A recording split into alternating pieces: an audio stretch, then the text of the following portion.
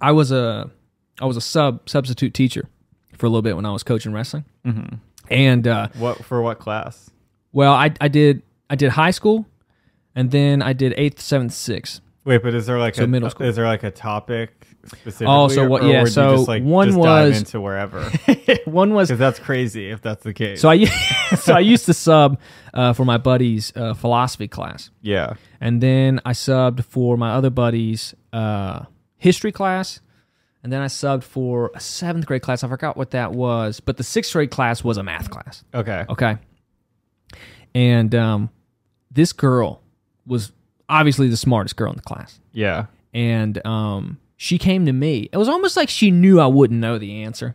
Uh-huh. You know what I mean? Yeah. Like she was like one of those kids that was like, oh, she's getting too smart. Right. You got to kill her. You know? You got to get rid of her because she's going to expose how dumb I am. Yeah. So she comes up to my desk and she's like, Mr. Coach Lowe, can you help me with this problem? I can't remember how the teacher told us to do this. I'm like, okay, yeah, for sure. I'm like, 6th grade math. Yeah. This is going to be easy. Yeah. I looked at it and I'm like, I forgot how to divide. Right. You know what I mean? Like this is more than, this is like a 3-digit number and I'm dividing it.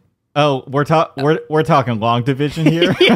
Very long for me. And it's been a long time. Yeah. So I start doing the math in front of her and I come up with an answer and I'm like, she's like, that's not the answer in the book. Yeah. And I'm like, huh.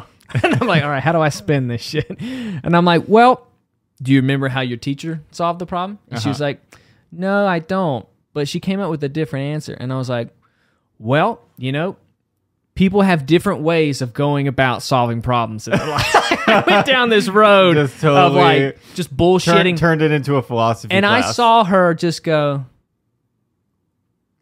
kind of like, you're one of those.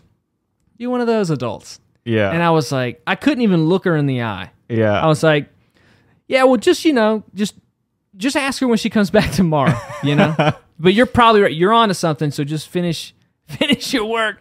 Why didn't you just say, I don't know? I don't know, man. I just thought I knew. Yeah. And it was just like, oh no, like how do I, but that gave me so much more empathy for adults, you know, when I was that age and they would like just answer a random question I'd ask. And I'm just like, that's not the truth. But like they're so stressed out at work, you know, and they're getting a divorce and they're, you know, the kids in the hospital. And they got their coffee tumbler. Oh yeah. And their beer gut. I mean, you know, it's just a all huge beer gut. Looking. So yeah. Great nutrition. They slept in their car last night. Yeah. And now I'm mad at them for lying to me about this math problem. Yeah. You know what I mean? Yeah. Honestly, if someone put a gun to my head and told me that I had to do long division or they were going to kill me, I would pull the trigger myself. I'm with you. But I do think, you know, I've always wanted to start a school one day. Yeah. Because I feel like the way education it's horrible. is in this country, like, why is math so abstract? You know, why don't we flip the script and just make math like all applied until the really high level stuff, and then it can be abstract. Well, dude, it's funny that you mentioned that because there's a guy, Lex Friedman. You heard about this guy? He's like an engineer. Superman? No, that's Lex Luthor. Okay. Yeah.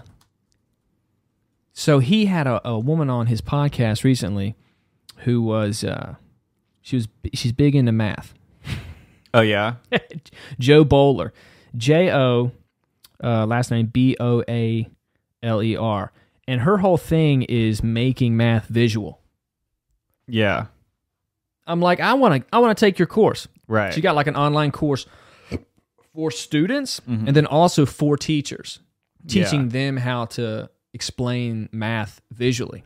Right. And she's like, it's insane how many teachers are like, wow, I wish I had this when I was in elementary school. Yeah. And this is going to make me, you know, so much better at explaining math to That's kids. awesome. And I'm like, yeah, that makes so much sense. Like visual instead of like numbers. Like, you know, I would just remember as a kid, like numbers were intimidating. Yeah. You know what I mean? Something about numbers is really intimidating. Yeah. Maybe it just shows like, you how are they insecure letters?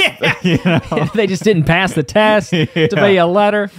And then you see Russian, you're like, they're putting letters or they're putting numbers in their alphabet. You know, like, what's going on here? What's happening there? Yeah.